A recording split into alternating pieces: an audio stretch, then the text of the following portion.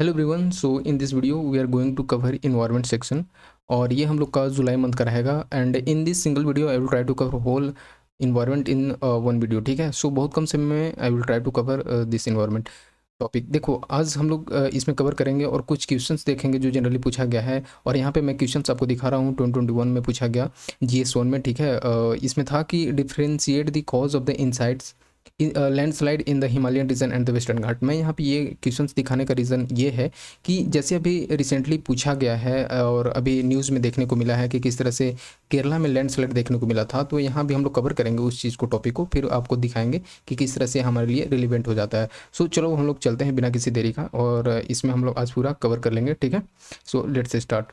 तो अगर हम लोग यहाँ पे कंटेंट का बात करते हैं तो इन्वायरमेंट में जैसे हाई सी ट्रीटी देखेंगे, urban development and disaster resilience, landslide. देखो लैंडस्लाइड जो मैंने यहाँ पे दिखा रहा था, तो यही ये क्वेश्चन पूछा गया था जो यहाँ पे बात करेंगे हम लोग। ठीक है, इंटरनेशनल सोलर अलायंस पे देखेंगे और ग्रेट इंडियन बस्टर्ड जो हमेशा से अलग अलग स्पीसीज न्यूज़ में रहते हैं, जो कि यूपीएससी का एक फेवरेट टॉपिक है, तो ये भी हम लोग देखेंगे। सॉइल हेल्थ और कुछ ऐसे न्यूज इन शॉर्ट्स हैं, और यहाँ से ये प्रीलिम्स के पॉइंट से बात करते हैं तो मोस्ट इंपॉर्टेंट हो जाता है ये जो न्यूज इन शॉर्ट्स देखने को मिलता है।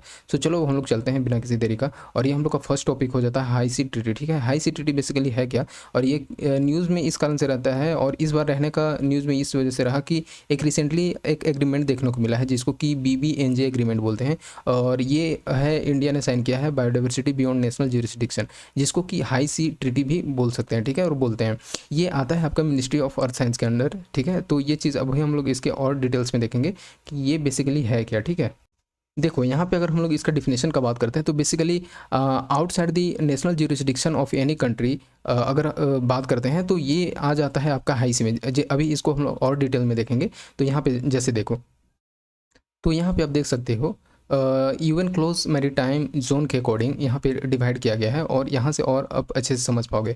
जैसे देखो ये अगर लैंड एरिया है, ठीक है, तो लैंड एरिया से अगर हम लोग 12 नॉटिकल माइल जाते हैं आगे, आपको पता है कि अगर डिस्टेंस मेजर करना होता है सी में तो नॉटिकल माइल में करते हैं, तो यहाँ पे टेरिटोरियल बेस लाइन इसको बोला जाता है। और फर्दर 12 से अगर फर्दर आगे बढ़ते हैं 12, तो ये कंटेजियस जोन में आ जाता है। और टोटल अगर हम लोग यहाँ से 24 किलोमीटर देखें तो ये कंटीजियस जोन के अंदर आता है। ठीक है, सो फिर इसके बाद देखो जैसे कि अगर हम लोग बात करते हैं अगर 200 नॉटिकल माइल्स तक, तो 200 नॉटिकल माइल तक EEZ आता है, और EEZ तक जो होता है किसी भी कंट्री का जुरिसडिक्शन देखने को मिलता है। बट अगर हम लोग बात करते हैं 200 नॉटिकल माइल्स के बियॉन्ड अगर बात करने लगे सी में, तो ये आता है हाई सी लेवल में, और ये किसी भी कंट्री का टेरिटोरियल क्लेम नहीं रहता है। ठीक है, तो ये चीज़ हम लोग को ध्यान रखना है। और बाकी यहाँ पे देख लो जैसे जियोग्राफी में पढ़ते हैं हम लोग कि ये कंटिनेंटल शेल्फ देखने को मिलता है। ठीक है, और उसके बाद बहुत सारे ऐसे अंदर अगर हम लोग बात करते हैं सी में भी बहुत सारे ऐसे रीजेज होते हैं, टोपोग्राफी होते हैं, सी माउंट होते हैं, तो हम लोग ऐसे पढ़ते हैं। ठीक है, तो ये UN कन्वेंशन ऑन सी के लॉ पे अगर हम लोग बात करते हैं तो यहाँ से ये देखने को मिलता है। देखो एक और चीज़ यहाँ पे ये पता चलता है UN convention on laws of sea के अकॉर्डिंग, कि अगर हम लोग बात करते हैं कंटिनेंटल शेल्फ का, तो इसको यहाँ पे फर्दर यहाँ तक राइट रहता है, sovereign right to the water column and continental shelf, तो यहाँ तक तो राइट रहता है किसी भी कंट्री का। फिर उसके बाद फर्दर सोवरेन राइट रहता है कंटिनेंटल शेल्फ तक। लेकिन अगर इसके बाद का अगर हम लोग बात करते हैं तो कोई भी नेशन का कोई भी राइट्स यहाँ पे क्लेम नहीं किया जा सकता है। सो चलो हम लोग चलते हैं टू द पॉइंट अपने टॉपिक पे फिर से। ठीक है, तो अभी हम लोग देख रहे थे ये ट्रीटी, ठीक है, जो कि BBNJ एग्रीमेंट है और इंडिया ने भी साइन किया है। तो हम लोग यहाँ पे देख लिए कि कोई भी ऐसे एरिया जो नेशनल जुरिसडिक्शन के बाहर है वो आता है हाई सी लेवल में। ठीक है, और अगर टिपिकली अगर हम बात करते हैं तो ये एरिया देखने को मिलता है 200 नॉटिकल माइल्स के आगे। ठीक है, उसके आगे एक्सटेंड होता है, और जनरली 370 किलोमीटर ये होता है कोस्ट लाइन से। ठीक है, और इसको हम लोग बोलते हैं EEZ एक्सक्लूसिव इकोनॉमिक जोन। ठीक है, अब हम लोग देख लेते हैं global Commons. Global Commons basically हैगा, देखो ग्लोबल कॉमन्स बेसिकली ये एरिया आ जाता है जो EEZ के बियॉन्ड होता है। ठीक है, और हाई सी लेवल जो देखने को मिलता है, हाई सी लेवल बेसिकली यहाँ पे है 64% कंस्टिट्यूट करता है, जो कि 2/3 होता है टोटल। ठीक है, तो यहाँ पे अब हम लोग देखते हैं, देखो ये जो है ये अगर हम लोग बात करते हैं कॉमन सी एरिया का, तो यहाँ पे किसी भी कंट्री का क्लेम नहीं रहता है, और हर एक जो भी कंट्री रहता है इक्वल राइट अपना यहाँ पे इंजॉय करते हैं। ठीक है, और इक्वल राइट इंजॉय करने का मतलब है कि यहाँ पे वो नेविगेट कर सकते हैं। ठीक है, 1 second, what happened, okay okay, और ओवर फ्लाइट कर सकते हैं, इकोनॉमिक एक्टिविटी कर सकते हैं। तो ये सारा चीज़ यहाँ से देख सकते हैं, और साथ ही साथ साइंटिफिक रिसर्च भी करना है तो इस एरिया में आकर के कर सकते हैं। ठीक है, अब देख लेते हैं हम लोग ये बेसिकली BBNJ एग्रीमेंट है क्या। इसका अगर हम लोग बात करते हैं तो ये देखने को मिलता है UN क्लोज के अंदर, यूनाइटेड जो नेशन का है UN convention on laws of sea, तो इसके बारे में, और इसी के अंदर ये आता है। ठीक है, ये बेसिकली आपको बता दें कि यहाँ पे UN क्लोज ये इंटरनेशनल ट्रीटी है under the United Nation convention on the laws of the sea का ये बोलते हैं यूएन क्लोज, ठीक है। तो ये देखो BBNJ एग्रीमेंट जो है ये थर्ड इम्प्लीमेंटिंग एग्रीमेंट होगा अंडर यूएन क्लोज, तो ये भी थोड़ा सा हम लोग को ध्यान रखना है। इसका अगर हम लोग एडप्शन का बात कर लेते हैं तो ये 2023 में एडप्ट किया गया है और ये 2 ईयर के लिए ओपन रहता है, ठीक है, open for signature for 2 year. देखो ये होगा ये इंटरनेशनल लीगली बाइंडिंग ट्रीटी है। देखो जनरली हम लोग ये समझते हैं कि बहुत सारे ऐसे एग्रीमेंट होते हैं नेशनल इंटरनेशनल लेवल पे, इंटरनेशनल लेवल पे बेसिकली बात करते हैं तो लीगली बाइंडिंग नहीं होते, बट ये जो है ये एग्रीमेंट BBNJ अगर हम लोग अभी ने देखा तो ये लीगली बाइंडिंग ट्रीटी है और ये होगा 120 दिन के, अगर आप इंटर लेते हो उसके बाद से फोर्स में आ जाता है, ठीक है। और इसके लिए 60 कंट्री रेटिफाइड करेंगे। तो यहाँ से हम लोग ये चीज़ देखें, देखो यहाँ पे है कि 91 कंट्री अभी अगर हम लोग बात करते हैं जून 2024 तक तो 91 कंट्रीज जो है इसमें पार्टिसिपेट कर चुके हैं, BBNJ में इसका एग्रीमेंट साइन कर चुके हैं, ठीक है। और अभी भी 8 कंट्री जो है 8 पार्टी जो है ये रेटिफाई किए हैं इसमें। देखो एक और चीज़ यहाँ पे हम लोग देख लेते हैं, बेसिकली ये हमारे लिए मोस्ट इंपोर्टेंट है क्या, यहाँ आप मेंस पॉइंट से ये समझ सकते हो और चाहो तो प्रीलिम्स में भी थोड़ा बहुत कॉमन सेंस लगा सकते हो एनवायरनमेंट और जियोग्राफी के सेक्शन में, ठीक है। सो नाउ सी की गाइडलाइन जो अगर हम लोग बात करते हैं तो की guiding principles of the agreement क्या क्या है, तो पोल्यूटर्स पे प्रिंसिपल ये चीज़ यहाँ पे देखने को मिलता है, पोल्यूटर पे principle of common heritage of human kind ये देखने को मिलता है, कुछ ऐसे प्रिंसिपल्स हैं। और freedom of maritime marine scientific research, principle of equity and fair and equitable sharing of benefit, साथ ही साथ प्रिकॉशनरी प्रिंसिपल्स, इकोसिस्टम अप्रोच और यूज ऑफ ट्रेडिशनल नॉलेज, ठीक है। तो ये इंडिजिनस पीपल्स के साथ देखने को मिलता है। कुछ हम लोग देख लेते हैं, बेसिकली ये हमारे लिए मोस्ट इंपोर्टेंट है कि BBNJ जो है इसका की प्रोविजंस है क्या। इसका स्कोप ऑफ एप्लीकेशन का बात करते हैं तो ये अप्लाई होता है ABN, ठीक है, एरिया बियॉन्ड नेशनल ज्यूरिसडिक्शन। अभी हम लोग ने देखा कि जो EEZ होता है एक्सक्लूसिव इकोनॉमिक जोन, ठीक है, ये 200 नॉटिकल माइल्स, ठीक है, उसके बाहर का अगर बात करते हैं तो ये एरिया आ जाता है और यहाँ पे अप्लाई होगा BBNJ, ठीक है। और ये जो है बेसिकली अगर हम लोग इसका फॉर बेटर यूज के लिए तो करेंगे, बट अगर इसका वॉरशिप, मिलिट्री और एयरक्राफ्ट और नेवल ऑक्सिलरी के लिए है तो इसका हम लोग यूज नहीं करेंगे, ये ध्यान रखना है, ठीक है। ओनली पार्ट 2 अगर इसका बात करते हैं तो ये डील करता है मैरिन जेनेटिक रिसोर्सेज से और ये अप्लाई होता है to any government vessels in non commercial services. अब हम लोग देख लेते हैं कुछ इंस्टीट्यूशनल एग्रीमेंट जो कि ट्रीटी इस्टेब्लिश किया है इसमें। देखो ये कॉन्फ्रेंस ऑफ पार्टी COP होता है, बहुत जगह पे देखने को मिलेगा आपको, तो COP तो इसमें भी है COP कॉन्फ्रेंस ऑफ पार्टीज। तो ये जो है ये कंसिस्ट करेगा पार्टी टू ट्रीटी एंड इसका मेन जो है ये डिसीजन मेकिंग में वर्क करता है, ये डिसीजन मेकिंग बॉडी होगा, ठीक है। देखो यहाँ पे साइंटिफिक एंड टेक्निकल बॉडी, इसमें बहुत सारे ऐसे ट्रीटी हैं और बहुत सारे ऐसे ट्रीटी एस्टेब्लिश किए गए हैं, इंस्टीट्यूशंस हैं। जैसे कि अभी स्कोप हम लोग देखें तो इसका काम क्या है, ये डिसीजन मेकिंग मोर करेगा। साइंटिफिक एंड टेक्निकल बॉडी का अगर बात करते हैं तो ये एडवाइस प्रोवाइड करेगा कोप को, ठीक है, regarding the scientific and technical issues, ठीक है। अब देखो क्लियरिंग हाउस मैकेनिज्म का बात करते हैं तो ये क्लियरिंग हाउस मैकेनिज्म जो है प्राइमरली होगा ओपन एक्सेस प्लेटफॉर्म होगा, ठीक है, और ये सेंट्रलाइज प्लेटफॉर्म देखने को मिलेगा, ठीक है। देख लो यहाँ पे आप चाहो तो इसको देख सकते हो वेरी डिटेल में कि BBNJ ट्रीटीज फाइनेंशियल रिसोर्सेज किस तरह से एक्ट करेगा, जैसे कि एक्सेस कंट्रीब्यूशन, फिर फंड BBNJ इंस्टीट्यूशंस, ये सारा चीज़ है। BBNJ ट्रीटीज फाइनेंशियल मैकेनिज्म जो है यहाँ पे ये समझ सकते हो किस तरह से वॉलंटरी ट्रस्ट फंड इसमें कंट्रीब्यूट करेंगे कि fund participation of representatives of developing states parties in the meeting of that ये BBNJ ट्रीटीज, ठीक। तो यहाँ पे बेसिकली यह देखने को मिलेगा कि जो भी ऐसे डेवलपिंग स्टेट्स रहेंगे वो वॉलंटरली पार्टिसिपेट करेंगे और इस फंड में, ठीक है। देखो स्पेशल ट्रस्ट फंड अगर बात करते हैं तो MGR monetary benefit sharing plus voluntary contribution ये स्पेशल ट्रस्ट फंड में आएगा, plus global facility fund trust, जैसे बहुत सारे ऐसे आपको इंस्टीट्यूशंस देखने को मिलेंगे IMF और ये सारा चीज़, तो ये global facility fund trust fund में आ जाएंगे, ठीक है। देखो यहाँ है कैपेसिटी और ये दोनों अगर लीड करेंगे finally capacity building project under the treaty, ठीक है, क्योंकि अभी सी बात है अगर फंड प्रोवाइड होगा तो कैपेसिटी बिल्डिंग प्रोजेक्ट में हेल्प होगा और असिस्ट करेंगे डेवलपिंग स्टेट्स पार्टीज को to implement the BBNJ treaty, ठीक है। और ये सारा चीज़ का बेनिफिट होगा देखने को मिलेगा, ठीक है। अब हम लोग देख लेते हैं कुछ ऐसे सब्सटेंसिव एलिमेंट हैं BBNJ ट्रीटी के अंदर और ये हैं 4, ठीक है, 4 सब्सटेंटिव एलिमेंट, जैसे कि मैरिन जेनेटिक रिसोर्सेज जिसमें कि इंक्लूड करेगा fair equitable sharing of benefits, ठीक है, और बहुत सारे आप चाहो तो इसको पढ़ सकते हो बट इतना मोस्ट इंपोर्टेंट नहीं है, ठीक है। और ये देखो major such as areas based on the tools including marine protected area, जिसमें कि ABMT area based management tool आएगा, ठीक है, जो कि वेल कनेक्टेड नेटवर्क होगा फॉर मैरिन प्रोटेक्टेड एरिया। और एक होगा मैरिन प्रोटेक्टेड एरिया MPA, ठीक है, जो कि प्रोवाइड करेगा protection for the all part of the natural resources with in its prohibiting the limiting certain activities, ठीक है, जो कि बेसिकली ये जो भी ऐसे बायोडाइवर्सिटी को हार्म करेंगे उसको वॉच करेगा, ठीक है, और उस चीज़ को रोकेगा, ठीक है। यहाँ से ये समझ सकते हो। देखो एनवायरमेंट इम्पैक्ट असेसमेंट होगा, बेसिकली आपको पता है कि किस तरह से किसी भी चीज़ को एस्टेब्लिश करने से पहले कि उसको देखा जाता है कि इसका इफेक्ट इन्वायरमेंट में कितना पड़ेगा, तो ये चीज़ एनवायरमेंट इम्पैक्ट असेसमेंट में हम लोग देखेंगे। Capacity building and transfer of the marine technology, ये भी मोस्ट इंपॉर्टेंट है। इसमें मैकेनिज्म होगा जो कि एग्रीमेंट रिक्वायर करेगा parties to develop and implement the mechanism for the capacity building, ठीक है। और कुछ ऐसे इनिशिएटिव्स लिए गए हैं लाइक कैपेसिटी बिल्डिंग इनिशिएटिव्स जो कि इंक्लूड करेगा शेयरिंग डेटा और इन्फॉर्मेशन को, ताकि ये फ्रेंडली फॉर्मेट्स में हो सके, ठीक है। और इन्फॉर्मेशन डिसमिनेशन के लिए वर्क करेगा। और कुछ जैसे जैसे अगर हम लोग बात करते हैं मैरीन साइंटिफिक रिसर्च, तो ये और जो EIA है इन्वायरमेंट इम्पैक्ट असेसमेंट, ये भी इसमें देखा जाएगा। देख लो सिग्निफिकेंस इसका कुछ ज़्यादा इंपॉर्टेंट तो है नहीं। सिग्निफिकेंस ये basically mains point of view से देख सकते हो, like biodiversity conservation, mitigating impact of the climate change, ठीक है। और साथ ही साथ इक्विटेबल इकोनॉमिक ऑर्डर देखने को मिलेगा।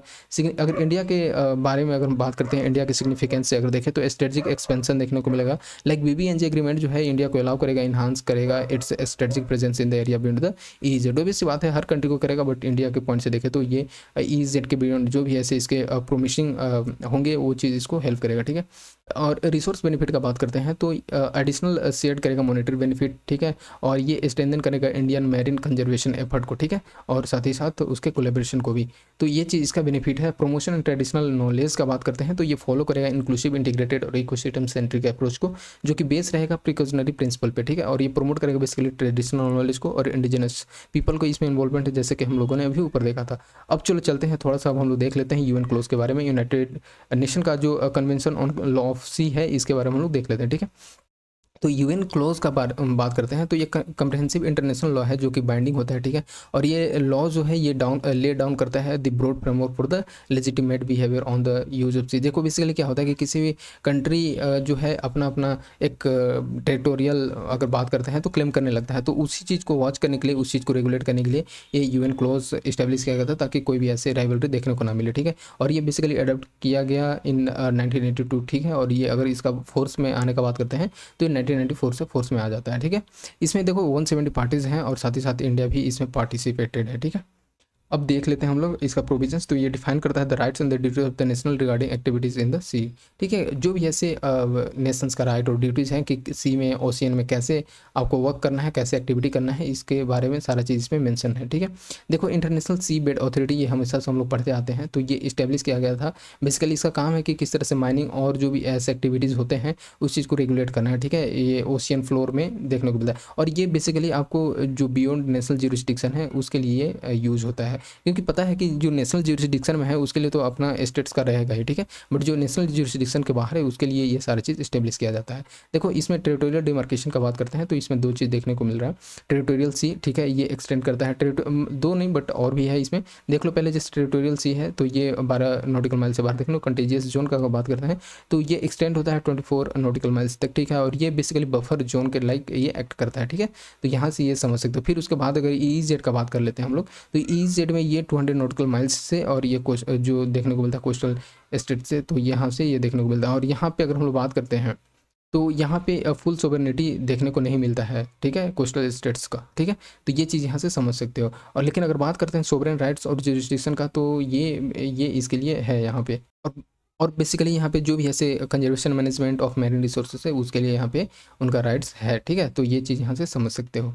अब देख लेते हैं जैसे हाई सी लेवल तो हम लोग और इसको डिटेल में देखें ही, तो यहाँ पे हम लोग इतना ये कंप्लीट कर लिए। अब देखो नेक्स्ट टॉपिक है topic 2 urban development and disaster resilience. इसके बारे में हम लोग देख लेते हैं। देखो जैसे यहाँ पे ये न्यूज़ में रहने का बेसिकली रीज़न ये है, बहुत सारे रीज़न है, क्योंकि अभी तो मानसून आया और मानसून में आपको पता है कि किस तरह से फ्लड देखने को मिलता है, ठीक है। और फ्लड देखने को मिलता है रिसेंटली अभी हम लोगों ने जैसे दिल्ली का अगर हम लोग इंसिडेंट देख लें तो किस तरह से फेलो एस्पिरेंट का डेथ देखने को मिला, ठीक है। और फिर उसके लिए बहुत सारे ऐसे रीजन्स हैं और इसको हम लोग इसमें देखेंगे।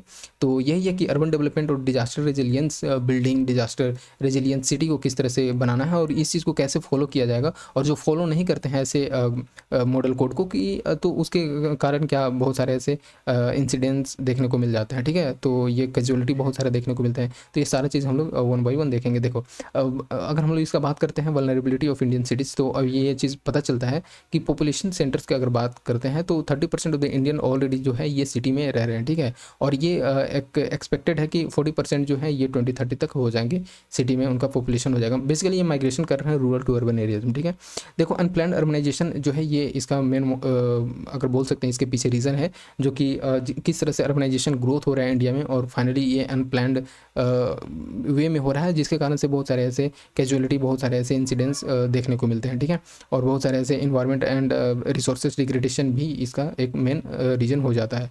हम लोग बात करते हैं NIUA के अकॉर्डिंग, ठीक है, national institute of urban affairs, तो ये बताता है कि किस तरह से मेगा सिटी में अगर बात करते हैं, चेन्नई हो गया, कोलकाता, मुंबई, तो ये ऑलरेडी जो है ये मैक्स एक टारगेट जो है थ्रेशोल्ड का उसको पार कर चुके हैं, ठीक है। और इस कारण से जो है ये इन्वायरमेंटल डिग्रेडेशन एक तेजी से देखने को मिल रहा है, और ये है बेसिकली 2014 से पहले ही ये टारगेट रीच कर चुके हैं, ये थ्रेशोल्ड को पार कर चुके हैं, ठीक है।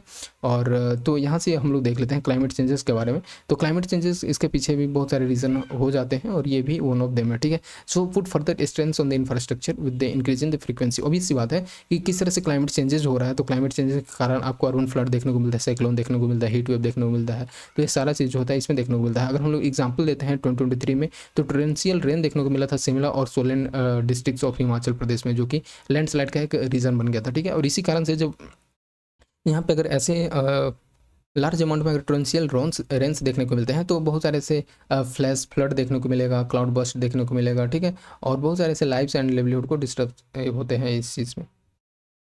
अब हम लोग देख लेते हैं कि डिजास्टर रेजिलियंट सिटी होता क्या है, ठीक है। आपको पता है, नाम से ही पता चल रहा है कि डिजास्टर रेजिलियंट सिटी ऐसा होता है जो कि डिजास्टर आने पे इस चीज़ को टैकल किया जा सके। तो इसके लिए यहाँ पे ये बताता है कि जैसे सेंसिबल बिल्डिंग कोड जो है, ठीक है, ये फॉलो होता है।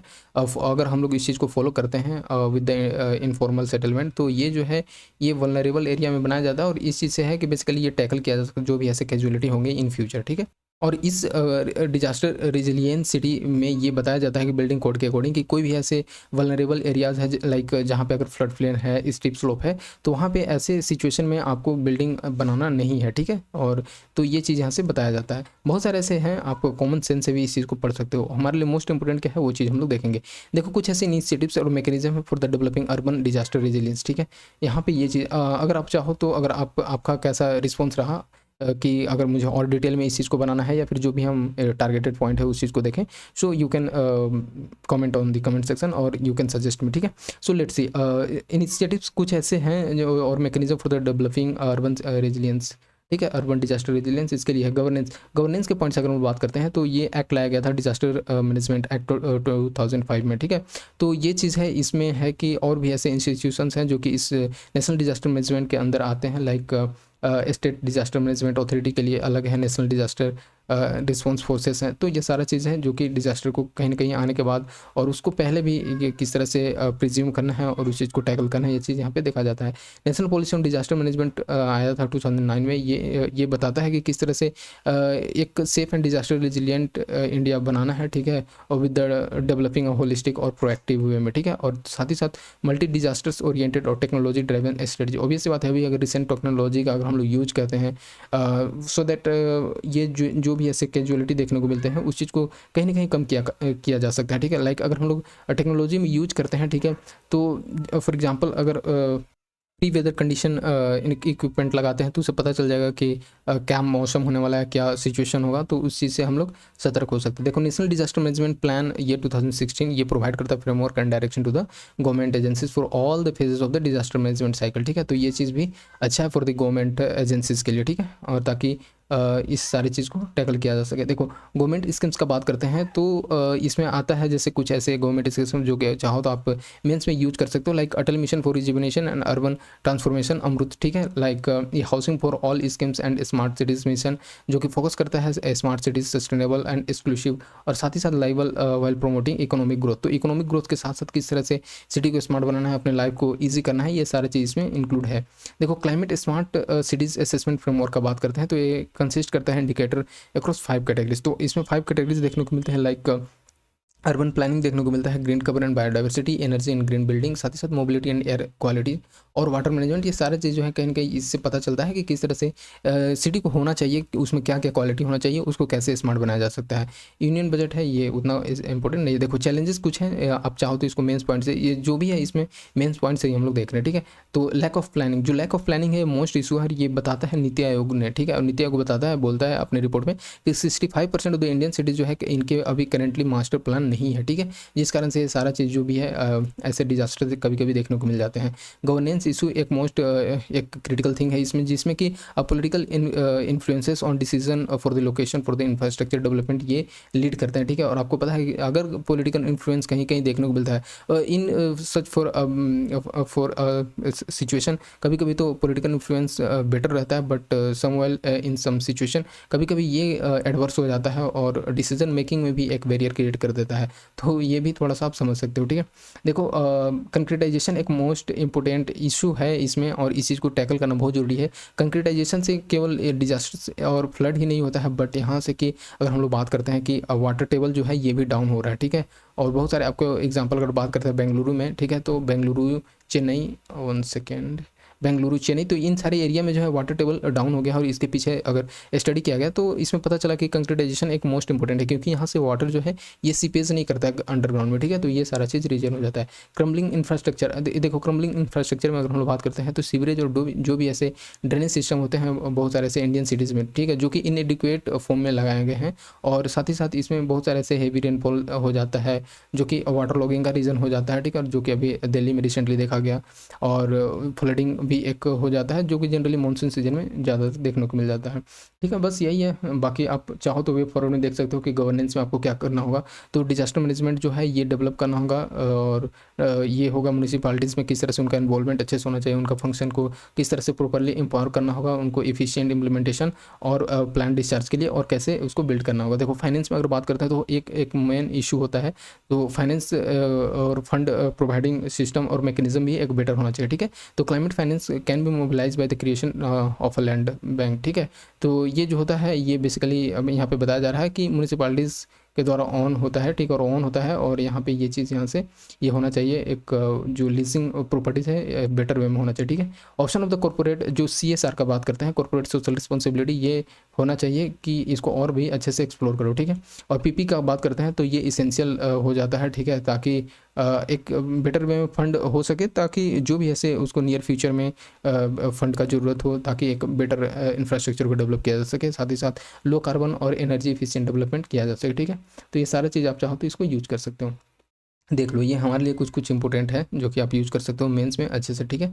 तो UNISDRS इसका जो है ये 10 एसेंशियल्स है, किस तरह से अगर सिटी को रिजिलियंट बनाया जा सकता है, ठीक है। तो यहाँ पे आप देख लो जैसे कि ऑर्गेनाइज करना है एक डिजास्टर रेजिलियंस को, ठीक है। साथ ही साथ आइडेंटिफाई करना होगा, अंडरस्टैंड करना होगा, और जो भी ऐसे करेंट फ्यूचर रिस्क सिनेरियो है उसको यूज करना होगा, ठीक है। स्ट्रेंथन करना होगा फाइनेंशियल कैपेसिटी, आप चाहो तो इसको पढ़ सकते हो अच्छे से, ठीक है। अब हम लोग देख लेते हैं लैंडस्लाइड, और इसी कारण से यहाँ पे जो भी हम लोगों ने क्वेश्चंस देखा था किस तरह से डिफ्रेंशिएट करना कॉज ऑफ द लैंडस्लाइड, तो इस चीज़ को हम लोग यहाँ पे देखेंगे। देखो लैंडस्लाइड में अगर बात करते हैं तो अभी रिसेंटली वायनाड डिस्ट्रिक्ट में जो केरला में किस तरह से हैवी लैंडस्लाइड देखने को मिला, और ये लैंडस्लाइड जो था बेसिकली वाटर बहुत कम वहाँ पे रेन हुए थे, फिर भी ये सारा चीज़ इस टाइप का डिजास्टर देखने को मिला था। तो इस कारण से न्यूज में हो जाता है। देखो यहाँ पे लैंडस्लाइड बेसिकली होता है कि किस तरह से मास मूवमेंट ऑफ मटेरियल देखने को मिलता है, लाइक रॉक अर्थ डेब्रिस, ठीक है। ये किस तरह से एक साथ अगर स्लाइड करते हैं इनका मूवमेंट होता है, तो ये लैंडस्लाइड का रीज़न बन जाता है, डिजास्टर का रीज़न हो जाता है। देखो यहाँ पे इसके पीछे रीज़न क्या होता है कि जो स्टीप स्लोप होते हैं मोस्ट इंपॉर्टेंट रीज़न होता है, और माउंटेनियस जो रीज़न होते हैं वो माउंटेन होते हैं वल्नरेबल टू द लैंडस्लाइड, ठीक है, फ्रॉम द मिनिमल वाटर। अगर थोड़ा सा भी वाटर पानी आता है, थोड़ा सा भी अगर सिस्मिक एक्टिविटी होता है, तो इस कारण से ये लैंडस्लाइड देखने को मिलते हैं जनरली स्टीप स्लोप में, ठीक है। हम लोग बात करते हैं ILSM की रिपोर्ट के अकॉर्डिंग कि इंडिया जो ये है इंडिया लैंडस्लाइड ससेप्टिबिलिटी मैप, ये बताता है कि 13.17%, ठीक है, 13.17% ऑफ द कंट्रीज जो है ये ससेप्टिबल टू है द लैंडस्लाइड, ठीक है। और अगर इसी में अगर बात करते हैं 4.75%, तो ये वेरी हाई ससेप्टिबल है। तो ये चीज़ यहाँ से समझ सकते हो। सिक्किम जो है यहाँ पे 57.6% लैंडस्लाइड प्रोड एरिया यहाँ पे देखने को मिलता है, और ये समझ सकते हो हाईली है। और जबकि केरला और आउटसाइड द हिमालयन का बात करते हैं तो यहाँ पे 14% लैंडस्लाइड देखने को मिलता है। तो सिक्किम वाले रीजन ज़्यादातर ही यहाँ पे ये प्रोन एरियाज में आते हैं लैंडस्लाइड में, ठीक है। और हम लोग देख लेते हैं, जैसे इंडिया अकाउंट करता है 8% of the global fertilities due to the landslide. तो पूरे वर्ल्ड में बात करते हैं तो 8% इंडिया में ये लैंडस्लाइड के कारण ऐसे देखने को मिल जाता है, ठीक है। अब हम लोग देखते हैं नेक्स्ट। देखो अभी जो हम लोग क्वेश्चंस देख रहे थे कि किस तरह से इसका डिफ्रेंशिएट करना है, तो यहाँ पे बता दिया गया हिमालय रीजन और वेस्टर्न घाट में क्या है, तो यहाँ पे पूछा जाता है और ये बताया जाता है जैसे कि अगर हिमालय रीजन का बात करते हैं तो जो टेक्टोनिकली जो अगर बात करते हैं अनेबल है, ये अनस्टेबल है इसके कारण से, ठीक है। तो आपको पता है कि जो हिमालयन है ये यंग फोल्ड माउंटेन में आता है और किस तरह से यहाँ पे थोड़ा सा भी अगर टेक्टोनिक एक्टिविटी होता है, ठीक है, टेक्टोनिक प्लेट का मूवमेंट होता है, तो ये इसके कारण से आपको यहाँ पे लैंडस्लाइड देखने को मिलता है। साथ ही साथ लूज सेडिमेंट्स होने के कारण भी यहाँ पे ये चीज़ देखने को मिलता है, ठीक है, लैंडस्लाइड। हाइड्रो पावर प्रोजेक्ट भी बहुत सारे बनाए गए हैं, बनाए जा रहे हैं, तो इस कारण से भी एक इस पर प्रेशर पड़ता है और साथ ही साथ ये लैंडस्लाइड का रीज़न बन जाता है, ठीक है। और डेवलपमेंट एक्टिविटीज़ तो एक मोस्ट इंपॉर्टेंट रीज़न है जो कि अभी एक लार्ज अमाउंट में तेज़ी से किस तरह से उस फ्रेजाइल एरिया में, फ्रेजाइल माउंटेन इन्वायरमेंट में डेवलपमेंट हो रहा है और ये सारा चीज़ रीजन हो जाता है। अगर हम बात करते हैं वेस्टर्न घाट में, तो वेस्टर्न घाट में मानसून जो है ये मानसून इंड्यूस्ड लैंडस्लाइड है यहाँ पे, ठीक है, क्योंकि यहाँ पे तो बहुत कम ऐसे एक्टिविटी, टेक्टोनिक एक्टिविटी देखने को मिलती है, बट जो भी ऐसे हैं ज़्यादातर मानसून के टाइम पे ये चीज़ देखने को मिल जाता है। Geological stability with the new tectonic activity का बात करते हैं तो ये भी एक मोस्ट इंपॉर्टेंट रीजन होता है। और जनरली ये रीजन में जो है ये कुछ ऐसे अपलिफ्टेड एरिया होते हैं जो कि अफेक्ट करते हैं टेक्टोनिक मूवमेंट को, ठीक है, जो कि इन्फ्लुएंस करते हैं लैंडस्लाइड सब्सिट्यूबिलिटी को। देखो डिफरेस्टेशन एक मेन रीजन है, क्योंकि आपको पता है कि किस तरह से जो रूट होते हैं सॉइल को होल्ड करके रखते हैं, तो ये चीज़ है। अगर ऐसा नहीं होता है, डिफरेस्टेशन तेज़ी से होगा, तो फाइनली ये चीज़ रीजन होता है। एंथ्रोपोजेनिक एक्टिविटी एक मोस्ट रीजन है जो कि लीड करता है due to mining, human settlement और कंस्ट्रक्शन के कारण। देखो कुछ ऐसे स्टेप्स लिए जा सकते हैं और लिए गए हैं for the mitigation of the landslide, ठीक है। तो यहाँ पे देखो जैसे अर्ली वार्निंग फोरकास्टिंग, ठीक है, ये जो है ये मोस्ट इंपोर्टेंट यहाँ से प्रिलिम्स पॉइंट से ध्यान रख सकते हो कि जियोलॉजिकल सर्वे ऑफ इंडिया ने ये रिसेंटली अभी इस्टेब्लिश किया है कोलकाता में। ये कहाँ पे किया है? कोलकाता में, NLFC, ठीक है। ये क्या है? नेशनल लैंडस्लाइड फोरकास्टिंग सेंटर है, ठीक है। तो ये कहाँ पे है? कोलकाता में, ये समझ लो, ठीक है। और जो कि इन्हांस करेगा लैंडस्लाइड प्रिडिक्शन को कि किस तरह से हो सकता है, क्या हो सकता है, इस पर स्टडी करके, और इसका काम स्टडी करना ही है और उस चीज़ को पता किया जा सकता है। देखो भू संकेत वेब पोर्टल एंड भू संकलन मोबाइल ऐप जो है, ठीक है, ये लॉन्च किया गया है। बेसिकली आप ये समझ सकते हो प्रीलिम्स पॉइंट से कितना इंपॉर्टेंट है, इसका वर्क पूछा जा सकता है डीप में जाकर के, तो इसको अच्छे से पढ़ सकते हो। तो ये इनेबल करता है quick dissemination of the landslide forecast और अलाउ करेगा stakeholders to share and update spatial and temporal information on landslide accuracy, ठीक है। तो ये ज़्यादा इंपॉर्टेंट है। देखो National Disaster Management Authority guideline का अगर बात करते हैं तो ये लैंडस्लाइड एंड स्नो एवलांचेस पे गाइडलाइन आउटले करता है, जो कि national policy of managing landslide से रिलेटेड एक्टिविटीज़ के बारे में बताता है। देखो डेडिकेटेड स्कीम इसके पीछे कौन कौन से हैं, लाइक LRMS, ठीक है, ये NDMA ने लॉन्च किया है, लैंडस्लाइड रिस्क मिटिगेशन स्कीम, जो कि फाइनेंशियली एंड टेक्निकली सपोर्ट करेगा लैंडस्लाइड प्रोन स्टेट को, ठीक है। तो ये पूछा जा सकता है, कभी कभी होता है ना कि फाइनेंशियली कोई और सपोर्ट करता है, बट यहाँ पे जो NDMA है वही ये फाइनेंशियली और टेक्निकली सपोर्ट करेगा, ठीक है। देखो बस इतना था। एक देखो सेंदाई फ्रेमवर्क जो बहुत इंपॉर्टेंट है और हमेशा पूछा जाता है। सेंदाई फ्रेमवर्क बेसिकली है, तो सेंदाई फ्रेमवर्क जो है ये डिजास्टर रिस्क रिडक्शन जो है ये 2015 to 30 ये रखा गया है टारगेटेड, और ये बेसिकली एक मेजर एग्रीमेंट है ऑफ द फोर्स 2015, ठीक है। तो ये 2015 के बाद लाया गया है और ये बेसिकली एक डेवलपमेंट एजेंडा है जो कि वर्क करता है और बहुत सारे ऐसे मेंबर स्टेट्स को हेल्प करता है with the concrete action to protect development gain from the risk disaster, ठीक है। तो किस तरह से ये यहाँ पे देखो हमारे लिए मैप में अगर हम लोग देखें तो लैंडस्लाइड का अगर क्लासेस का बात करते हैं कि किस कैटेगरी में कहाँ पे ज़्यादा हाईली प्रोन एरिया है, तो वेरी हाई में बात करते हैं तो ये हिमालयन का जो रीजन है यहाँ पे ये देखने को मिल जाता है। यहाँ पे सिक्किम वाले रीजन देख सकते हो, अरुणाचल प्रदेश वाले रीजन देख सकते हो, और कुछ कुछ इधर इन बिटवीन भी है, ठीक है। और यहाँ पे भी आप चाहो तो ये देख सकते हो, जैसे वेस्टर्न घाट में देखो हाई में बात करते हैं तो ये सारे जो वेस्टर्न घाट है ये चीज़ आ जाता है, ठीक है। कुछ इधर आ जाते हैं नॉर्थ ईस्ट वाले रीजन में, मीडियम में भी देख सकते हो। लो जो है लो बेसिकली इधर आप चाहो तो ये देख लो, ठीक है। और वेरी लो तो ये है, ये सारी एरिया, ठीक है। चलो ठीक है, अब हम लोग चलते हैं इंटरनेशनल सोलर अलायंस पे, ठीक है। इंटरनेशनल सोलर अलायंस ये कोई क्यों इम्पोर्टेंट है, ये प्रिलिम्स पॉइंट से भी चाहो तो समझ सकते हो। जैसे पैराग्वे जो है ये 100 कंट्री होता है जो कि ज्वाइन किया है ISA को, ठीक है, इंटरनेशनल सोलर अलायंस को अभी रिसेंटली, इस कारण से ये न्यूज़ में हो जाता है। देखो ग्लोबल एनर्जी ट्रांजिशन लैंडस्केप के बारे में बात करते हैं तो करेंट ट्रेजेक्ट्री जो है इस सस्टेनेबल डेवलपमेंट की ओर जो है ये अलाइन हुआ है, ठीक है। तो बेसिकली जो है ये जो पेरिस एग्रीमेंट हुआ था, जो कि इसमें गोल फिक्स किया गया है कि किस तरह से 1.5 डिग्री सेल्सियस ग्लोबल वार्मिंग को कम करना है, उस चीज़ को ये टारगेट फुलफिल करता है, ठीक है। और उसको अभी तो हुआ नहीं है, बट उस चीज़ को पूरा करने के लिए ये स्टेप्स इसमें लिए गए हैं। करंट प्रोजेक्शन का बात करते हैं तो करंट प्रोजेक्शन सजेस्ट करता है कि बाय द 2050 यहाँ तक कि there will be only a moderate 4% reduction in global region, ठीक है। तो ऐसा बताया जा रहा है कि जो ग्लोबल इमिशंस है, ग्लोबल इमिशंस, तो यहाँ पे ये चीज़ है 4% ही रिडक्शन देखने को मिलेगा। और जो कि अभी जो टारगेट रखा गया है 1.5 डिग्री सेल्सियस से कम करना है, लेकिन ऐसा नहीं होकर के 2.4 डिग्री सेल्सियस पहुँच जा सकता है 2050 तक, ठीक है। ये बताता है यहाँ से पता चलता है, ठीक है। अब देख लो जैसे कुछ जैसे ग्लोबल इमिशंस जो है ये बताया जा रहा है कि 43% से कट होना चाहिए प्रत्येक डिकेट्स में, ठीक है। तो 10 साल में 43%, तभी जाकर के ये चीज़ अचीव किया जा सकता है, ठीक है। अदरवाइज ये थोड़ा मुश्किल है, ठीक है। ये यूएनएफसीसी ने बताया, ठीक है। देखो द वर्ल्ड रिक्वायर, ये वर्ल्ड में अभी ज़रूरी है क्या, कितना फंडिंग का ज़रूरत है, तो 1.6 से 2 ट्रिलियन डॉलर्स जो है ये सोलर इन्वेस्टमेंट में ज़रूरी है बाय द 2030, सो दैट जो टारगेट रखा गया है वो चीज़ अचीव किया जा सके। Solar energy medium to fuel both growth and transition. देखो अभी हर कंट्री, इंडिया तो है ही, अभी सोलर एनर्जी पे किस तरह से फोकस कर रही है, ठीक है। और ये और देखो चाइना जो है ये अभी रिसेंटली, अभी आगे हम लोग पढ़ेंगे किस तरह से उसने सोलर जो पैनल है सोलर मिरर में का यूज करके, बेसिकली मिरर का यूज करके किस तरह से सोलर एनर्जी को कैच किया है, और उसको डे में कैच करता है और नाइट में उसको यूज करता है फर्दर, ठीक है। तो आगे हम लोग देखेंगे इस न्यूज़ में, यहाँ पे है, ठीक है। देखो most accessible and versatile renewable energy source है सोलर एनर्जी, ठीक है। साथ ही साथ ये हाईएस्ट पोटेंशियल है, और इसका जो कॉस्ट है बहुत कम ही कॉस्ट पे ये हम लोग को मिल सकता है, ठीक है। और ये यहाँ पे दिखाया जा रहा है 0.0449 किलोवाट, ठीक है। ये डॉलर है पर डॉलर, ठीक है। तो ये चीज़ यहाँ से समझ सकते हो। अब हम लोग देख लेते हैं लो कार्बन फुटप्रिंट, ये कंपेयर करता है to the other renewable sources like hydro power और बायो एनर्जी, जो भी, क्योंकि थोड़ा थोड़ा बहुत तो कार्बन रिलीज होता ही है, बट ये थोड़ा सा इसके कंपेरिजन में कम है, ठीक है। तो ये चीज़ यहाँ से अब हमारे लिए इंपॉर्टेंट क्या है ये देख लो, ठीक है। ये प्रिलिम्स पॉइंट से इंटरनेशनल सोलर अलायंस ऐसे कभी भी पूछा जा सकता है, ठीक है। तो इसका अगर सेक्रेटेरिएट का बात करते हैं तो ये गुरुग्राम इंडिया में देखने को मिलता है, ठीक है। इंटरनेशनल सोलर अलायंस का इंटरनेशनल है तो ऐसा मत किसी और कंट्री में समझने लगा, बट यहीं पे, ठीक है। ये बेसिकली ये पूछा जा सकता है अनाउंस किसने किया था, तो इंडिया और फ्रांस ने किया था 2015 में ही, ठीक है।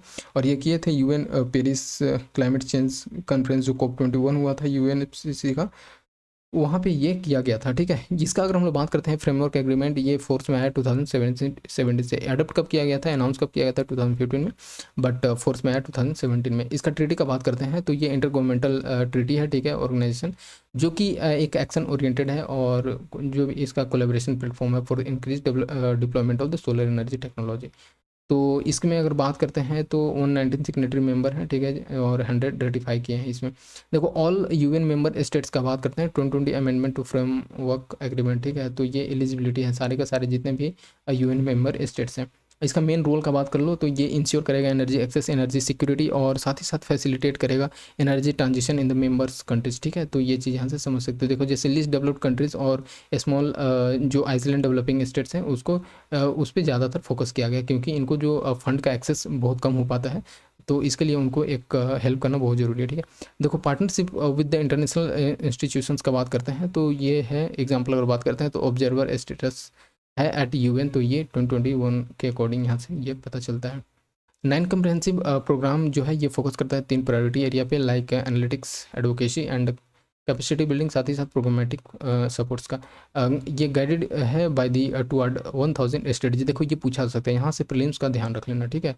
ये पूछा जा सकता है कि टुवर्ड 1000 स्ट्रेटजी है क्या, तो ये सोलर एनर्जी और इंटरनेशनल सोलर अलायंस से रिलेटेड, ठीक है। और इसके अंदर ये देखने को मिलता है कि किस तरह से 1000 बिलियन यूएस डॉलर को मोबिलाइज करना है और सोलर एनर्जी के सोल्यूशन को इन्वेस्टमेंट के लिए, ठीक है। और ये बेसिकली टारगेट है बाय द 2030। ये डिलीवर करेगा energy access to 1000 millions people जो कि यूज करेंगे क्लीन एनर्जी सोल्यूशन को, ठीक है।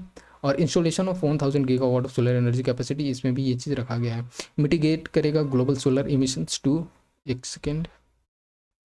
तो इस तरह से हम लोगों ने इतना देख लिया, और इधर ज़्यादा कुछ इंपॉर्टेंट है नहीं। इसका स्ट्रक्चर देख लो, assembly apex decision making body है जो कि कंप्राइज करेगा representative from all member countries, ठीक है। और ये secretariat with the director general और इसमें कमेटी का बात करते हैं तो स्टैंडिंग एंड रीजनल कमेटी देखने को मिलते हैं। देखो इसका सिग्निफिकेंस चाहो तो आप देख सकते हो, ये मेंस पॉइंट से इंपॉर्टेंट है, कुछ ज़्यादा इंपॉर्टेंट इसमें नहीं है। आप कॉमन सेंस भी चाहो तो ये जैसे एग्जांपल लिखते हो लाइफ मिशन का दे सकते हो, ठीक है, इंडिया में किस तरह से इसको यूज़ किया जा रहा है फॉर द फर्दर अपना एक अपने लाइफ डेली लाइफ में चेंजेस करके किस तरह से क्लाइमेट जो इम्पैक्ट होता है थोड़ा थोड़ा उस चीज़ को कैसे अपना एक पार्टिसिपेशन अपना कंट्रीब्यूशन दे सकते हैं, ठीक है। तो बस इतना था इसमें। अब नेक्स्ट हम लोग चलते हैं, आप देख सकते हो इसको और डिटेल में। देखो कुछ ऐसे इनिशिएटिव्स हैं जो कि इसके लिए द्वारा लिए गए हैं आईएसए में। वन सन वन ग्रिड, ठीक है, one sun one world one grid, ठीक है। तो ये चीज़ है, ये कनेक्ट करता है डिफरेंट रीजनल ग्रिड को, और बेसिकली यहाँ पे जो जो भी ऐसे रिन्यूएबल एनर्जी का पावर है उसको किस तरह से ट्रांसफ़र करना है। देखो solar technology application resource centre, ये STARC, ये भी ऐसा पूछा जा सकता है किससे रिलेटेड है, तो यहाँ से समझ लो। ये है बेसिकली कैपेसिटी बिल्डिंग और इंस्टीट्यूशनल स्ट्रेंथनिंग के लिए। और ग्लोबल सोलर फैसिलिटी जो है ये कैटलाइज करेगा टू सोलर इन्वेस्टमेंट को, ठीक है। और ये जो भी ऐसे जियोग्राफिकल एरियाज़ होंगे अक्रॉस अफ्रीका उस चीज़ को यहाँ पे बताया गया है। अब देख लेते हैं जैसे development of the solar of the large scale solar power project, ठीक है। ये है सोलर पार्क के अंदर रखा गया कंसेप्ट है, ये cluster group of the ISA member countries का होगा, ठीक है, सोलर पार्क कंसेप्ट। तो सोलर पार्क कंसेप्ट के अंदर है large scale solar power project. देखो एक और चीज़ है ISA solar fellowship with for mid career professionals, ठीक है। ये बेसिकली किस तरह से प्रोफेशनल्स मैन पावर और मैनेजमेंट को ये यहाँ पे स्किल प्रोवाइड करना उसके लिए ये वर्क करता है, ठीक है। लास्टली अब हम लोग देख लेते हैं कुछ केस स्टडीज लाइक इसको चाहो तो आप प्रीलिम्स नहीं बट मेंस में यूज किया जा सकता है अच्छे से, ठीक है। इंडियाज़ का फर्स्ट एवर फ्लोटिंग, हाँ देखो ये प्रीलिम्स के लिए पूछा जा सकता है, ठीक है, जैसे जनरली ऐसे ऑप्शन दे सकता है। तो इंडियाज़ का पहला ऐसे एवर सोलर फ्लोटिंग जो ऐसा फ्लोटिंग प्लांट था वो है आपका केरला में देखने को मिलता है, ठीक है, कयाम कुल्लम में, ठीक है। तो ये समझ सकते हैं जैसे सूर्य नूतन एक ये चीज़ है यहाँ पे, ये समझ लो। ये हाइब्रिड किचन है जो कि कनेक्ट करेगा इंडोर सोलर कुकिंग सॉल्यूशन को by the Indian well corporation, ये IOC। तो ये भी यहाँ से पूछा जा सकता है इसमें किसका इन्वॉल्वमेंट है। Canal top solar panel on Sardar Sarovar project Gujarat, ये एड्रेस करेगा लैंड एक्विजिशन इशू को। जैसे बहुत सारे ऐसे हैं ना अभी लैंड इशू के कारण जो है सोलर को वहाँ पे इस्टेब्लिश नहीं किया जा सकता, इस कारण से जो फ्लोटिंग सोलर पावर प्लांट है लाइक किस तरह से नदी में किस तरह से वाटर बॉडी में बनाना है, इस कंसेप्ट यहीं से आता है, ठीक है। नॉर्थ सी वन का अगर बात करते हैं निशवन, ये वर्ल्ड फर्स्ट ऑफशोर सोलर सी फार्म है, ये नीदरलैंड में देखने को मिलता है, ठीक है। उसी तरह से है, ये ज़्यादा कुछ इंपॉर्टेंट नहीं, यहाँ पे देख लो। अब ये प्रिलिम्स पॉइंट से यहाँ से कुछ इंपॉर्टेंट निकलते हैं हम लोग। ग्रेट इंडियन बजट का बात करते हैं तो अभी जो MOEFCC ने ये अप्रूव किया है fund for the next phase, ठीक है। इसके कंजर्वेशन के लिए किस तरह से ग्रेट इंडियन बजट का एक्सटेंशन हो रहा है तेज़ी से, इनका पॉपुलेशन कम हो रहा है, उसको फर्दर बचाने के लिए 24 से 29 तक में अगर इसका फंड कैसे इसको प्रोटेक्ट किया जाए उसके लिए फ़ंड प्रोवाइड किया गया है, तो इस कारण से न्यूज़ में हो जाता है, ठीक है, ताकि इसका रिकवरी अच्छे से किया जा सके। देखो जो बस्टर्ड रिकवरी प्रोग्राम है ये है, इसके अंदर अगर हम लोग बात करते हैं तो इसमें GIB जो है ग्रेट इंडियन बस्टर्ड और साथ ही साथ लेसर फ्लोरिकन इसको कवर किया गया है इस रिकवरी प्रोग्राम के अंदर, ठीक है। तो यहाँ पर अगर हम लोग बात कर ले तो ऐसे 4 बस्टर्ड स्पीसीज जो हैं ये इंडिया में देखने को मिलते हैं, और साथ ही साथ जो है ये 2 जो हैं ये बंगाल फ्लोरिकन और मैक्वींस बस्टर्ड जो है ये देखने को मिल जाता है, ठीक है। इसका अगर हम लोग बात करते हैं तो ये स्टार्ट हुआ था इस चीज़ का रिकवरी प्रोग्राम, ये प्लान जो है ये 2013 में हुआ था, और ये हुआ था नेशनल बस्टर्ड रिकवरी प्लान के अंदर, ठीक है। जो कि इसके बाद जो है ये बस्टर्ड रिकवरी प्रोजेक्ट जो है ये 2016 में गिव अवे कर दिया गया था, ठीक है। तो उसके बाद जो है फर्दर इसको स्टार्ट किया गया है, और जो बस्टर्ड रिकवरी प्रोजेक्ट जो है ये रिकमेंड करेगा for the initial period of the 5 year, जो कि 2016 से 21 और जो कि एक्सटेंड कर दिया गया है 3033 तक, ठीक है। अब यहाँ पे देख लो जैसे करंट स्टेटस का बात करते हैं तो एज ऑफ नाउ अगर बात कर लें 140 जो ग्रेट इंडियन बस्टर्ड जो है ये, और साथ ही साथ कुछ ऐसे 1000 लेसर फ्लोरिकन्स जो हैं ये अभी वाइल्ड में हैं, ठीक है। और ये इम्प्लीमेंटेड किसके द्वारा ये किया जाएगा तो by the wild life institute of India, ये थोड़ा सा ध्यान में रख सकते हो। फंडिंग एजेंसी का बात करते हैं तो इसमें जो है कैंपा अथॉरिटीज़ का मेन रोल है, जो कि compensatory afforestation fund management and planning authority है, तो ये इसका रोल है यहाँ पे। पार्टनरशिप एजेंसी का बात करते हैं तो यहाँ पे तो MOEFCC है ही, ठीक है, और ये राजस्थान फॉरेस्ट डिपार्टमेंट, ठीक है। तो राजस्थान फॉरेस्ट डिपार्टमेंट है, गुजरात और महाराष्ट्र फॉरेस्ट डिपार्टमेंट भी इसमें इन्वॉल्व है, क्योंकि उसी एरिया में ज़्यादातर आपको देखने को मिल जाता है राजस्थान और गुजरात महाराष्ट्र वाले रीजन में, ठीक है। प्रोजेक्ट का ऑब्जेक्ट का बात कर लेते हैं तो ये कंजर्वेशन कैसे करेगा, तो ये ex situ कंजर्वेशन करेगा इसके पॉपुलेशन को, ठीक है। तो उसके बाद जो है यहाँ पे ये दोनों इसमें इंक्लूड किया गया, जैसे कि हम लोग देखें कि ग्रेट इंडियन बस्टर्ड और लेसर फ्लोरिकन्स। तो अप्लाइड रिसर्च इस पर किया जाएगा, कैपेसिटी बिल्डिंग आउटरीच किया जाएगा, ठीक है, जो कि इंप्रूव करेगा इनके प्रोटेक्शन इंप्रूवमेंट में, ठीक है, और साथ ही साथ जो भी ऐसे स्टेक होल्डर रहेंगे उनको सेंसिटाइज करेगा यहाँ पे, ठीक है। Pilot implementation of surgical habitat का बात करते हैं तो इसमें ये रखा गया है, क्योंकि इससे पहले आपको होना चाहिए कि किस तरह से इतना इसका जो इम्प्लीमेंट किया जा रहा है ये वर्क प्रॉपरली कर रहा है कि नहीं, तो पायलट प्रोजेक्ट लाया जाता है किसी पर्टिकुलर एरिया में, ठीक है। लेसर फ्लोरिकन्स का बारे में बात अगर हम लोग कर ले तो लेसर फ्लोरिकन्स जो है ये smallest bird of the bustard family है, ठीक है। तो ये चीज़ यहाँ से समझ सकते हो, ठीक है। इसका अगर हम लोग ये देखो इंपॉर्टेंट क्या है, तो ये 1972 जो वाइल्ड लाइफ प्रोटेक्शन एक्ट है ये शेड्यूल 1 और 4 में रखा गया है, और IUCN जो है ये क्रिटिकली इंडेंजर्ड है इसका, ठीक है। ये हैबिटेट बात कर लें इसका लेसर फ्लोरिकन्स का, तो राजस्थान, गुजरात, मध्य प्रदेश में, महाराष्ट्र, आंध्र प्रदेश में भी देखने को मिलता है, मध्य प्रदेश में भी। ये देख लो आप इसका फिगर, ठीक है। इसका थ्रेड्स आपको पता है कि किस तरह से इसको पोचिंग किया जा रहा है, पेस्टिसाइड्स किस तरह से यूज हो रहा है, और ये फर्दर खा रहे हैं और उसके बाद इनका डेथ हो रहा है, ठीक है। और एग्रो ग्रासलैंड जो है ये मिस मैनेजमेंट के कारण आपको पता है कि जो भी ऐसे बस्टर्ड और ये रहते हैं ये इंडिकेटिंग एज ए स्पीसीज़ के तौर पे वर्क करते हैं। जैसे आपको पता है कि अगर ये किसी एरिया में रह रहे हैं तो ग्रासलैंड है वहाँ पे, और उनके लिए सर्वाइवल का काम करता है ग्रेट इंडियन बस्टर्ड के लिए। जैसे कि आपको पता है कि जो अगर हम लोग बात करते हैं डॉल्फिन का, तो इंडियन रिवर डॉल्फिन जो है ये इंडिकेटिंग स्पीसीज के तौर पर वर्क करता है कि किसी वाटर जो उस रिवर का है वो क्लीन है कि नहीं है, ठीक है। तो अगर जो वाटर क्लीन है और रिवर क्लीन है उसी में ये सर्वाइव करते हैं अच्छे से। तो ये चीज़ यहाँ से समझ सकते हो। देखो कोलैबोरेटिंग एजेंसी का बात करते हैं तो बॉम्बे नेचुरल हिस्ट्री सोसाइटी जो है ये इसमें कोलैबोरेटिंग एजेंसी है, ये pan India wildlife research organisation है, ठीक है। और ये प्रमोट करेगा cause of the nature conservation since 1883। ये 1883 से ही ऐसे इस चीज़ पे वर्क कर रहे हैं, ठीक है, जो कि एक pan India wildlife research organisation है, ठीक है। देखो कंजर्वेशन ऑफ नेचर्स का अगर बात करते हैं तो इसमें ये होता है किस तरह से Bombay natural history society work करती है for the conservation of nature और बायोलॉजिकल डाइवर्सिटी को किस तरह से इसमें करना है, ठीक है। रिसर्च, एजुकेशन और पब्लिक अवेयरनेस पे भी फोकस करती है। देख लो इसमें हम लोग देख लेते हैं ग्रेट इंडियन बस्टर्ड के बारे में। लेसर फ्लोरिकन्स तो हम लोगों ने देख लिया। ये ग्रेट इंडियन बस्टर्ड जो है ये रखा गया है, ये भी 1 और 4 में रखा गया है schedule wild life protection act 1972 के। IUCN का बात करते हैं तो ये भी क्रिटिकली इंडेंजर्ड है और अपेंडिक्स 1 में रखा गया है, ठीक है। इसका कुछ की करेक्टरिस्टिक का बात करते हैं तो agro grassland bird endemic to the Indian subcontinent. तो ये जो है ये एग्रो ग्रासलैंड बर्ड है जो कि सब कंटिनेंट, इंडियन सब कंटिनेंट में इंडेमिक है। इंडिया में बात करते हैं तो इसका पॉपुलेशन जो बेसिकली राजस्थान, गुजरात में ज़्यादातर देखने को मिलता है ग्रेट इंडियन बस्टर्ड का, जबकि जो लेसर फ्लोरिकन है उसका आंध्र प्रदेश तक भी देखने को मिल जाता है, मध्य प्रदेश में भी। स्मॉल पॉपुलेशन जो है ये यहाँ महाराष्ट्र, कर्नाटक, आंध्र प्रदेश इसका भी है, ठीक है।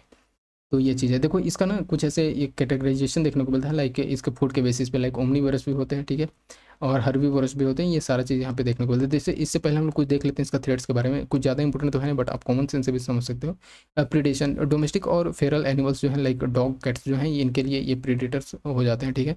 तो ये चीज़ है इनका, जैसे एग हो गया, चिक्स हो गया, ये खा जाते हैं, तो ये चीज़ यहाँ से इनके एक थ्रेट का रीज़न हो जाता है। पावर लाइन्स का बात करते हैं तो आपको पता है किस तरह से आप जब न्यूज़ में भी बहुत से पढ़ते आते होगे, तो जो अगर हम लोग बात करते हैं गुजरात वाले रीजन में तो वहाँ पे इनके पावर लाइन के कारण डेथ, ज़्यादातर पोचिंग हंटिंग के कारण भी, ह्यूमन डिस्ट्रीब्यूशन के कारण भी ये सारा चीज़ होता है। क्लाइमेट चेंज तो मेन एक मैटर है ये, ठीक है।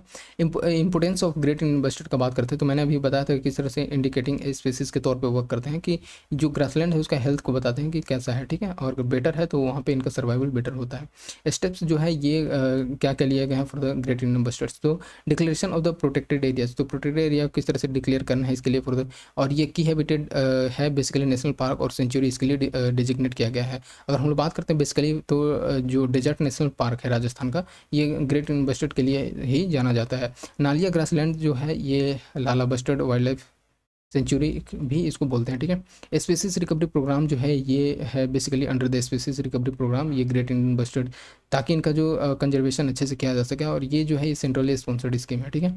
ये थोड़ा सा ध्यान रखना है प्रिलिम्स पॉइंट से। देखो कंजर्वेशन ऑफ ब्रीडिंग्स का बात कर ले तो ये जो है ये captive population development for the wild release जो है ये इसका हम लोग कैसे करेंगे, तो इन सिटू कंजर्वेशन सपोर्ट किया जाएगा इसके लिए, ठीक है। और ये राजस्थान का जो सैम राम देवरा है ये जो है बेसिकली ये रखा गया है इसके लिए, ठीक है, कि किस तरह से great Indian bustard conservation breeding centres बनाया गया है, ठीक है। तो यहाँ पे देखने को मिलता है राजस्थान में। लीगल प्रोटेक्शन का बात करते हैं तो ये इंक्लूड करता है शेड्यूल 1 में, और ये है अब वैसे तो हम लोगों ने 4 में देखा, बट यहाँ पे शेड्यूल 1 में वाइल्ड लाइफ प्रोटेक्शन एक्ट 1972 में, जो कि इसके हंटिंग को प्रोहिबिट करता है। कैपेसिटी डेवलपमेंट चाहो तो ये देख सकते हो किस तरह से ट्रेनिंग और आर्टिफिशियल इंक्यूबेशन और जो भी ऐसे इंसेमिनेशन टेक्निक्स है उसको यूज किया जाए इसमें, ताकि और उसको बेटर असेसमेंट किया जा सके। देखो यहाँ पे अगर हम लोग बात करते हैं तो पर्सनल जो है ये इसमें ट्रेंड किया जाएंगे, ठीक है। और इसके लिए जो है ये national avian research centres Abu Dhabi in 2022-23 ये बनाया गया है, ठीक है। और यहाँ पे बस इतना ही था। अब हम लोग चलते हैं सॉइल हेल्थ पे, ठीक है। ये सॉइल हेल्थ आपको पता है किस तरह से इम्पोर्टेंट है टॉपिक, ये जियोग्राफी पॉइंट से भी आप पढ़ते हो अलग अलग सॉइल और इसके बारे में, तो ये चीज़ देख लो। जैसे इंटरनेशनल कॉन्फ्रेंस ऑन सॉइल जो है ये भी रिसेंटली हुआ था, ये प्रिलिम्स पॉइंट से समझ सकते हो, ये मोरक्को में हुआ था। और ये जो है यूनेस्को के इसका एक मेन लीडिंग था, ठीक है। तो ये है, ये बेसिकली एक प्लेज लिए हैं to support its member states by stabilising the world soil health index, ठीक है। और पूछा भी जा सकता है कि वर्ल्ड सॉइल हेल्थ इंडेक्स कौन रिलीज करता है, तो यूनेस्को, ठीक है। तो ये अभी रिसेंटली जो इंटरनेशनल कॉन्फ्रेंस था ये सॉइल को लेकर के ये मोरक्को में हुआ था। देखो सॉइल प्रोफाइल आप देख सकते हो, जनरली हम लोग पढ़ते ही हैं, ठीक है। अभी देख लेते हैं कुछ इसमें important, world soil health index basically है क्या। तो ये स्टैंडर्डाइज मेजर्स हैं for the assessing soil quality across regions and ecosystem, ठीक है। ये आइडेंटिफाई करते हैं डिग्रेडेशन और इंप्रूवमेंट ऑफ द ट्रेंड की, अगर किस तरह से डिग्रेडेशन हो रहा है उसको एसेस करेंगे, उसके पीछे रीज़न क्या है, उसको फर्दर इंप्रूवमेंट कैसे किया जाए उसके लिए। ये आइडेंटिफाई करेगा एरिया एट द रिस्क, ठीक है। इन्हांस करेंगे अंडरस्टैंडिंग ऑफ सॉइल मैनेजमेंट, ठीक है। देखो ये इसके एडिशन में बात करते हैं तो यूनेस्को जो है ये लॉन्च करेगा with the pilot project for the long term soil and landscape management. तो इसके में यूनेस्को का एक मेन रोल है और इसी का एक रोल है, ठीक है। देख लो यहाँ पे जैसे ओ होरिजिन जो है ये लूज, ये टॉप मोस्ट ऊपर वाला है, ठीक है, जो कि डीके ऑर्गेनिक मैटर यहाँ पे देखने को मिलता है ओ होरिजिन में, ठीक है।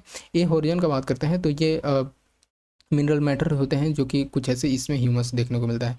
ई होरिजन का बात करते हैं, ओ के बाद ये आता है, तो यहाँ पे जो है ये लाइट कलर्ड मिनरल पार्टिकल्स देखने को मिलते हैं, ठीक है। तो ये चीज़ यहाँ से लीचिंग और इसके कारण हो जाता है। बी होरिजन का बात कर लेते हैं तो ये जो है accumulated of clay transferred from the above, ठीक है। तो ऊपर से किस तरह से जो सीपेज कर करके और जो क्ले यहाँ पे एक्यूमुलेट हो जाता है वो बी होरिजन में देखने को। सी में बात करते हैं तो ये पार्शियली अल्टर्ड पेरेंट मटेरियल देखने को मिलता है। बेडरॉक आर जो है अनवेदर्ड पेरेंट रॉक हो जाता है, यहाँ पे बेसिकली ये मटेरियल और रॉक टाइप का यहाँ पे देखने को मिल जाता है। सॉइल का बात करते हैं तो सॉइल आपको पता है कि mixture of rock debris organic matter से, मैं यहाँ पे ये हाईलाइट नहीं किया हूँ क्योंकि ये मेंस पॉइंट्स हैं और ये जियोग्राफी में आप अच्छे से पढ़ते हो, ठीक है। सो चलो इसमें हम लोग ज़्यादा इस पर फोकस नहीं करेंगे, देख लेते हैं कुछ ऐसे सॉइल डिग्रेडेशन को लेकर के ये इंपॉर्टेंट है। जैसे सॉइल डिग्रेडेशन जो है ये फिजिकल, केमिकल और बायोलॉजिकल है, और जो कि सॉइल क्वालिटी को डिक्लाइन करता है इस तरह से, ठीक है।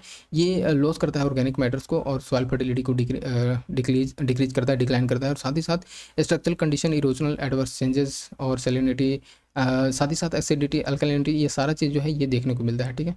तो ये चीज़ यहाँ से है। देखो अगर हम लोग बात करते हैं वर्ल्ड एटलस डिजर्टिफिकेशन के अकॉर्डिंग तो ये 75% तो सॉइल जो है ये ऑलरेडी डिग्रेड हो चुके हैं और ये डायरेक्टली इम्पैक्ट करते हैं 3.2 मिलियन पीपल्स को, ठीक है। तो ये चीज़ यहाँ से समझ सकते हो। इसका करेंट जो ट्रेंड है ये भी जारी है और भी डिजर्टिफिकेशन तेज़ी से हो रहा है, जो कि राइज कर बताया जा रहा है कि राइज कर जाएगा 90% बाय द 2050, ठीक है।